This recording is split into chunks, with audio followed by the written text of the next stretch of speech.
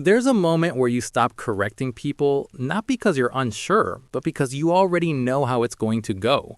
You say something, you explain it clearly, you even simplify it so there's no confusion, and then nothing happens. Or worse, they nod, ignore it, and keep doing the exact thing you just told them won't work. And later, it fails exactly the way you said it would. But nobody comes back and says you were right. They just move on, like it never happened. And that's the part that doesn't add up. If being right is supposed to matter, why does it feel like it counts for nothing when no one listens? Because we're taught early that truth has weight. That if you see something clearly and explain it well, eventually people will recognize it. That being right wins. But watch what actually happens in real situations. In meetings, in group chats, in relationships. The person who's correct isn't always the one who shapes the outcome. Sometimes they're not even in the conversation anymore. And that's not a communication problem. It's something quieter. Because think about the last time this happened to you. You're sitting there, someone suggests something, and immediately you see the flaw. Not vaguely, but precisely. You've seen this pattern before. You know how it ends. So you say it calmly. You don't push, you just put it on the table. And then you watch as someone changes the subject. Someone jokes. Someone says, yeah, but let's just try. And just like that, your input disappears. Not challenged, just not used. And now you're in that moment where you have a choice. Do you repeat yourself? Do you push harder?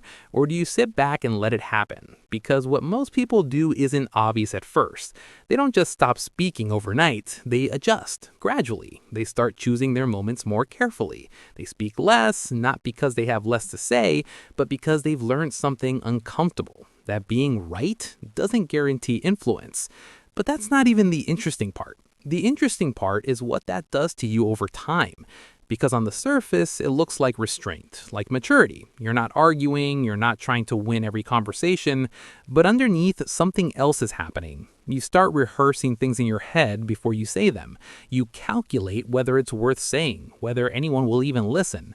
And sometimes the answer is no, so you stay quiet even when you're right. And if you follow that pattern long enough, it starts to change how you show up. Because now you're not testing ideas out loud anymore. You're only presenting fully formed thoughts. And that sounds like improvement, but it isn't. Because thinking actually needs friction. It needs other people reacting, misunderstanding, pushing back.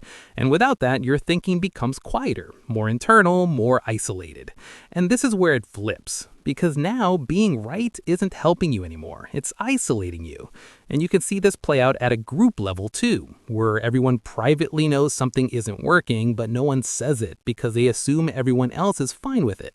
So the group continues in the wrong direction, not because people are ignorant, but because a few who see it clearly have already learned it's not worth saying twice. And now we're back to that original question.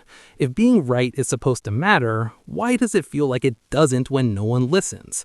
And the answer is uncomfortable, because being right was never the thing that mattered in the way we think.